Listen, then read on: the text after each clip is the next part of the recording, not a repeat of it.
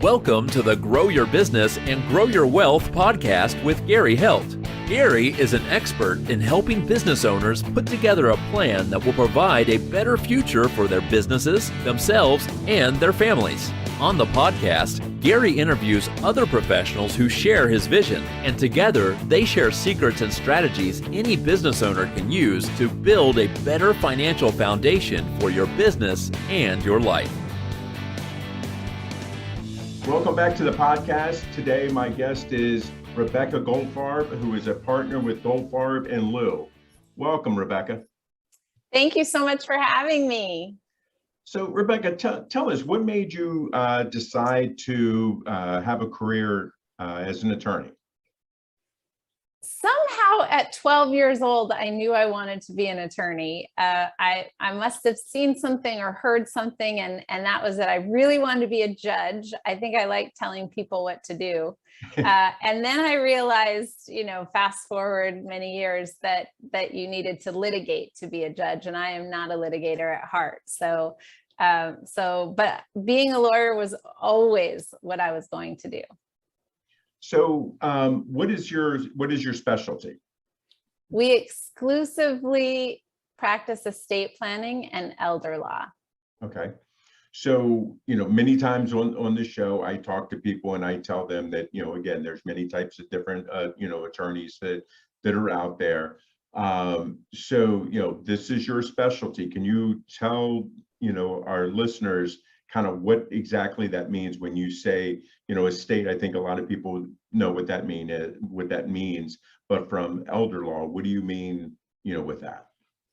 Well, I will define estate planning a little differently than I think most people think of, but it's a set of documents that needs to honor your wishes, avoid court, and maintain family harmony. You would be surprised, probably, although maybe you wouldn't, Gary, that about 95 to 98% of the plans we review have a fatal flaw in one of those areas, and the client usually has no idea. So it's a pretty high standard, apparently, although it shouldn't be, right? Right. And then on the elder law side, it's really, it's this intersection, a three-way intersection between I'm starting to need help from other people. And this doesn't mean you're old. We have a lot of early onset, Alzheimer's and different strokes and things that have happened to people much younger than it should. So this intersection of I need help, this role reversal with my kids, which is tricky. Right. And then the sibling dynamic, the kids and their dynamic, and trying to facilitate this aging process with their parents. And then, of course, money always plays a part in this, and resources. It's very expensive. Sure. So on the elder law side of things, what are some of the documents that people may need? So similar to estate planning, right? You need your advanced healthcare directive. You have to be sure that it has a Hipaa waiver. A lot of advanced directives do not, which this is the Privacy Act that was passed in 2004. And so you want to make sure that in the event that you are unable to say who can make medical or who can receive medical information, that the right people can, namely the people making medical decisions for you, right? So the Hipaa waiver is really important. Every state has their own version of that in addition, so you need that waiver as well. Toward the end of our life, and this is different for everybody, obviously, a lot of people would like a DNR, a do not resuscitate. So there's what's called a POLST, a physician's orders for life-sustaining treatment.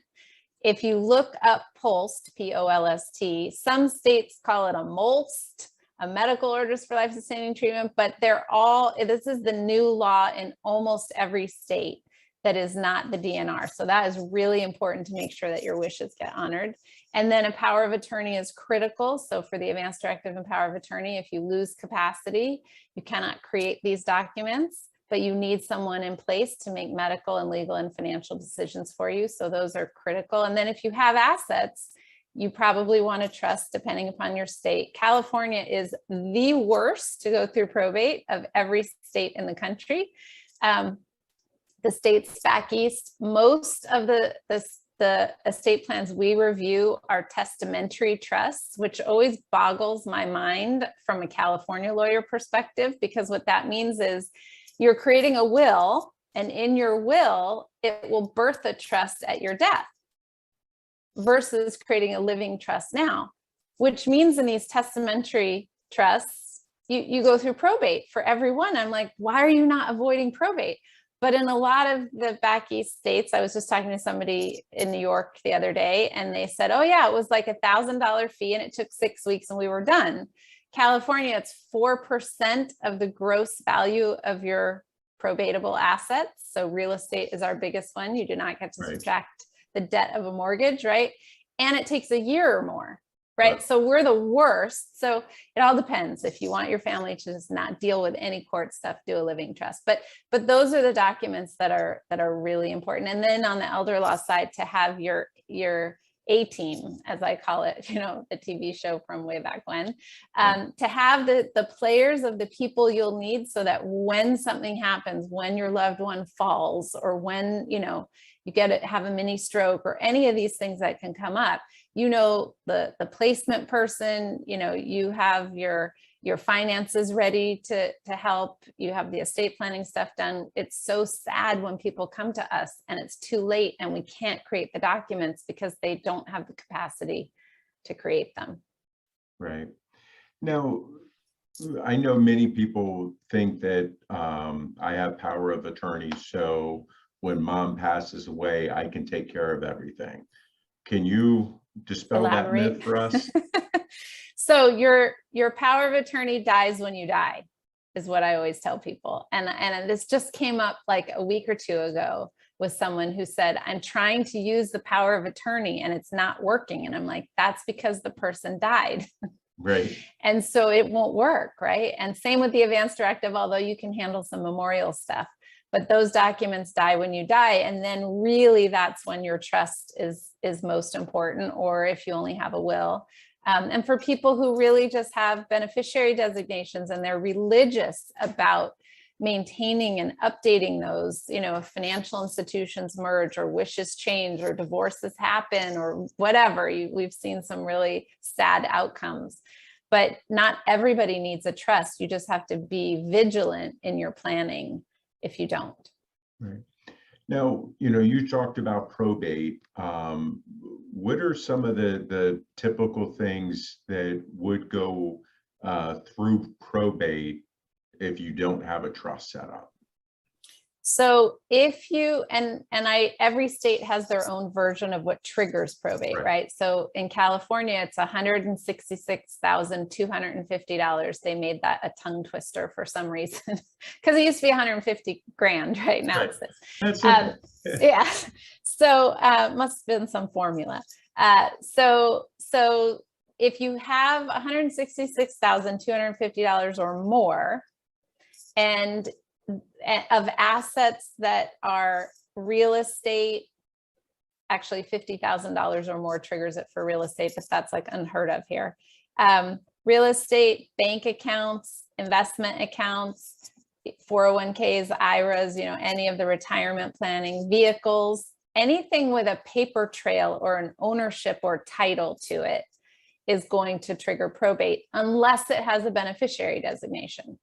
So those beneficiary designations bypass your trust altogether if you also have a trust. Now, when you say a designated beneficiary, so do you mean like a TOD account? It could be TOD or POD, Okay. Or it could be just straight beneficiary, or you could jointly own it with someone, Okay. right? And so if you jointly own it, two spouses, one dies, right? Everything goes to the surviving spouse if it's titled that way. I think what trips people up is two things. One, they don't understand who the owner is always. They make assumptions, right? Right. And two, maybe you add people to these accounts because you don't know better, not realizing the unintended consequence of that, which is that person owns it. That person, if you put someone on a bank account, whether it's your kid, your spouse, your parent, whomever, right? They literally could take all that money and go. and there's nothing you can do about it. And that's not what people intend when they add someone other than a spouse, right? They just want them to be able to access it. And so that's what the power of attorney is for, right? But remember, everybody who gets a power of attorney, whether it's the statutory one that your House and Senate approved, right, that each state has their own, or an attorney drafted one, you still have to go to each financial institution, and you need to do a power of attorney in each financial institution. I think that is a huge distinction right there, because I know many times I've had clients that when mom and dad pass away or a spouse passes away, whatever it is, the bank is saying, oh, well, no, we need this, this document or that document, and it really stops them from being able to move forward. Right. So kind of, you again, going back to the whole probate thing, and having to avoid, the probate, to recap, you're saying, you need to have a beneficiary listed on it, or jointly owned with someone. The real estate and other things like that, like you said, in California, because of the value that's going into probate. How can we avoid that? So there is something called a transfer on death deed that I don't think every state has one. California does have one, but it doesn't work. And so what's really, but I know Arizona has one. I know other states that have them, and they do work. And so the idea is that you're putting your person, whoever it is, your kid, whomever, right, on this transfer on death deed that says, hey, when I die, this automatically goes to you. The reason that it doesn't work in California is because title insurance won't insure it. So you go to sell it, no one's buying it without title insurance. They won't insure it for 3 years after the person died, which is a problem. The other problem that can come up is you can't do Medi-Cal planning or Medicaid planning. And so a lot of people need to do that at the end. And while something is in your name alone, it's an exempt asset. But apparently, and I have never come across this because we don't use the transfer on death deeds here, but I've read about it and I've talked to other lawyers that it will prevent you from being able to qualify for Medicaid potentially, depending on the state, of course. And it can also prevent you from being able to get a reverse mortgage. So there could be, again, unintended consequences of doing these. And so it's really important to talk with a lawyer who specializes in estate planning to be sure that they know what these even some estate planning attorneys don't deal with reverse mortgage. If they're just working with young families and doing planning and they don't have these lifelong relationships and they're not doing a lot of trust administration and elder law, they're not seeing these issues come up. So it's important to ask the right people. Right. Now, so, we've covered a bunch with documents and things like that. What mistakes are you seeing people make before they come in and sit down with you? I think we have a lot. We've probably reviewed, I would guess, maybe 600 or so estate plans. So from all of those meetings, I've put together some notes on what the issues are. So I'll go through a few for each of the documents, and then I just want to save a little bit of time to talk about conservatorships, because people often don't realize that consequence. So in the Advanced Healthcare Directive, remember, this is giving someone the ability to make medical decisions for you legally. So it's like a power of attorney for healthcare, but it also needs to list your wishes of what kind of intervention or care that you want and what your preferences are. And so in California, we call it an Advanced Healthcare Directive. Other states still may call it a power of attorney for healthcare and a living will. But don't confuse that with a living trust or a will, because it has nothing to do with that. It's just healthcare wishes. And so we see people put the wrong agents in place, right? That these people are not going to put your wishes, their own wishes aside to honor yours. They're not going to advocate for you. They're not going to get second opinions, right? They're not good communicators. And so maybe they're the wrong people for the job. Or we see them put multiple people in that role. And while you put multiple people in that role, which we will do at the law firm, but we need to have a resolution within the document of what happens if they disagree, right? And so we never see that resolution in documents. The other big issue, and with the power of attorney for legal and finance, that's the same thing. We very rarely ever put co-agents together with that, because financial institutions are increasingly not wanting that and not honoring those documents. So we will make people pick one person over another, which when you have multiple kids can be a little tricky, but we work through that. Right. The other thing we see in those two documents is springing powers, right? So you're either, and the client usually doesn't know about this, but the lawyer should not be making this assumption.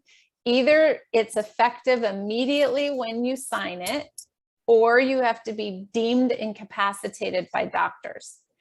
The problem with deeming you incapacitated by doctors, we are finding more and more often, doctors will not get involved in our legal process. And 10 years ago, this was not the case, but now it is. And so with the advance directive, I recommend to everyone make it immediately effective all the time, usually with a power of attorney, the same thing, but I don't let clients give that document out, right? You can give the advanced healthcare directive out, but ultimately, because we have these lifelong relationships, I tell them, don't give any documents out, primarily because you might change them and then you have these documents floating around, right? But really, I want the control to be able to honor the client's wishes the best and maintain that harmony, which can get tricky. Right. And so I say, just tell them to call us and we will give it out. So that's a big thing. We see that there, in the advanced directive, insufficient details, no Hipaa waivers, no pulse, of course. In the power of attorney, we see no gifting authority a lot. This in California, in every state, certain things have to be enumerated, or you don't have that power. And the power to gift is a big deal on the Medi-Cal planning, or in your state, Medicaid planning. And then on the will and trust side, we see the wrong people in place all the time, or we see not enough layers, right? You may only, in all the documents, have one backup, but what if that one backup can't serve? Then we have to go to court. We don't want to avoid that. We see the funding incomplete. You alluded to this in the beginning, right? People have not transferred their assets into the trust or retitled the assets. So that funding is really important. We also see these mandatory AB splits in these trusts, where when the first spouse dies, it splits into two parts, the decedent's share and the survivor's share. And this is not what clients expect. Right. And so it's really important to make sure that if you have that and you really learn about it and you don't want it, you restate your trust to get rid of that. We like to have trust protectors in all of our trusts, because this is our way to avoid court when something goes wrong. The trust protector has a lot of power to fix things and to resolve issues. And so we like that. And of course, you got to plan for your pets. And so we like pet caretakers, obviously guardians and temporary guardians, and really making things as detailed as you possibly can. Right.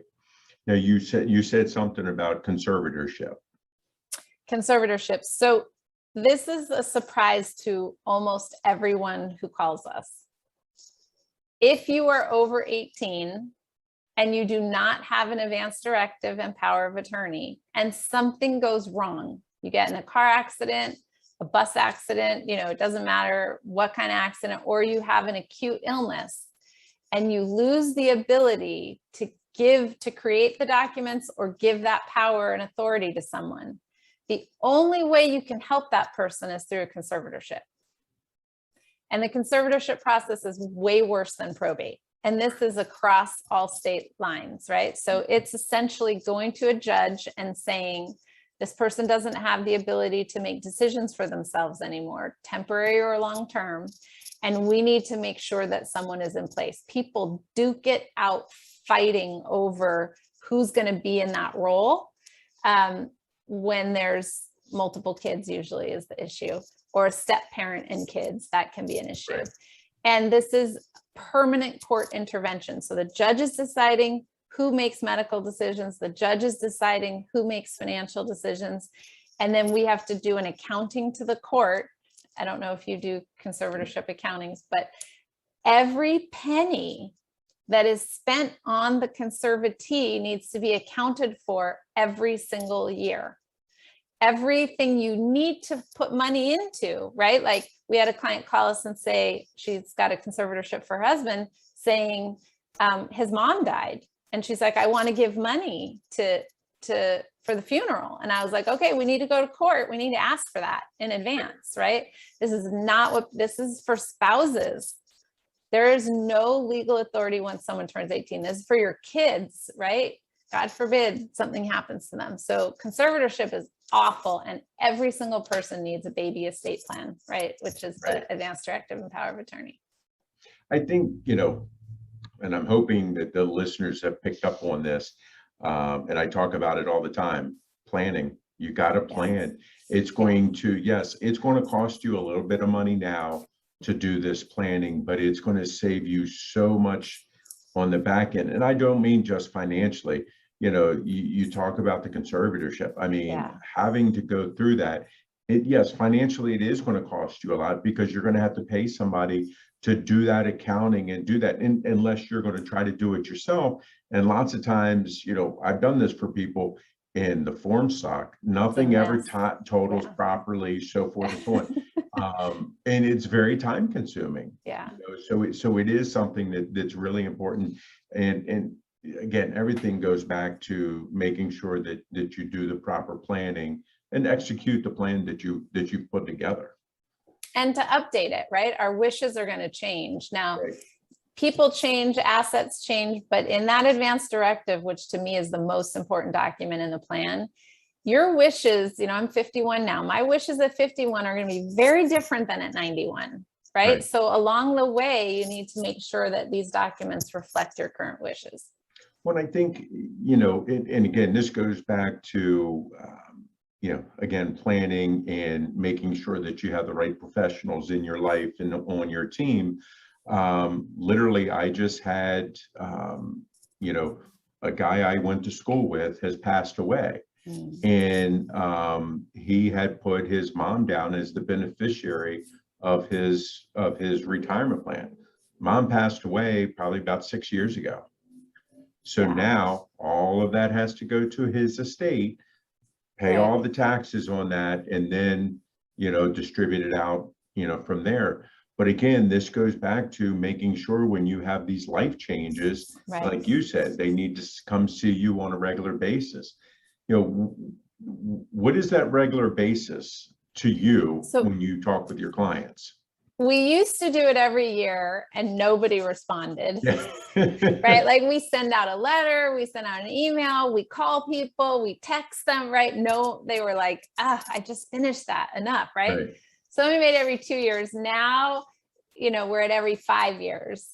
But we do enough touches with each of our clients, whether it's birthday cards or congratulatory cards or whatever, or gifts or whatever, that they remember us. So we teach them, if you have these these life changes, come to us sooner than 5 years. We will do our outreach at 5 years, but you are always welcome to have a maintenance meeting, sooner. Yeah. I think it's just, very important to make sure that you stay in touch with your professional team that you have to make sure that things are being updated on a regular basis. And because there's too many things that happen, like you said, when you're 51 compared to 91. Well, what about when you're 21, when you're 27, when you have kids that get involved, in your life and so forth. I think there's a lot of things that go on in our lives. And I think lots of times we don't think about it. That's for sure. Absolutely. Absolutely. And finding someone, I know it's rare, but finding someone who really values that lifelong relationship and has these maintenance meetings as a part of it, so that you feel like, it's not going to cost me extra, to call, and just knowing how important that is as a part of this gift that you're giving your family is a regularly updated comprehensive estate plan, not just the one-time deal that sits on the shelf. Yeah. I mean, I know the years that I've been doing this and trying to help people, through the process. It's lots of times, if you've gone through that process once and whoever your loved one was didn't have this stuff in order, Absolutely. swear that you're never going to let it happen again. And then, you're screaming from the rooftops trying to tell people to get their act together, because it is not a fun process. Those people become raving fans really fast. Yes. Yes, they do, very quickly. So our time is running quick here, at least like I told you it would. I know. So what have I not asked you that you wish I had? And I'm sure there's a bunch. There's a bunch, but one thing that comes to mind is I know that you work with business owners, right? And so I think what is almost always neglected in the estate plan when it comes to the funding part is to assign your business entity to the trust. Mm-hmm. And so I would say that is really important. And as a part of that discussion with each of our clients, then if you're your sole owner, you don't have it to discuss what I'm about to say, but if you have a partner, to have that heart to heart and say, who's going to control things? Who's going to financially benefit if I become incapacitated or you become incapacitated? These agreements, operating agreements, or bylaws, whatever, they're usually not very detailed when it comes to incapacity. And incapacity happens, I know it doesn't happen as with 100% certainty like death, but it does happen. And you want to make sure that if it does, your wishes are honored, because most business partners are not thinking they're getting into a business relationship with a spouse, right? So you want to be somebody's child. or somebody's child, right? And so you want to be really crystal clear about what your expectations are. Be sure it's written with your business attorney into your agreements, and then be sure that you have each put it in your trust and talked about it, in the right ways in your trust about what your wishes are. I think that's an awesome point, because I know everybody talks about, what happens if one of us, passes away, and, how do we buy out the spouse or the family and stuff like that. Everybody talks about that, but you're right. Nobody talks about, hey, what happens if I become incapacitated for whatever the reason is, for term or long term. There's, kind of always that issue there. Yeah. So Rebecca, people like what they've heard today, and they would like to reach out and talk to you. How can they get in touch with you? So our website or phone number is probably the best. So it's Goldfarb, Gold like the color, F like Frank, ARB like boy, Goldfarb, Lou, my law partner is Din Lou, LUU.com. So www.goldfarblou.com. And then our phone number is 800-489-1984. Great. I really appreciate your time. I think the listeners would get a lot out of this today. I know I certainly have. Very good. Thank you, Gary, so much for having me. It was great to talk to you and to get to educate people. Great. Thank you. Our guest today, Rebecca Goldfarb, who's a partner with Goldfarb and Lou. This show has been produced by Market Domination, LLC. To discover how you can have your own show completely done for you and turn it into a real published book and become the authority in your marketplace, go to www.marketdominationllc.com/podcast offer.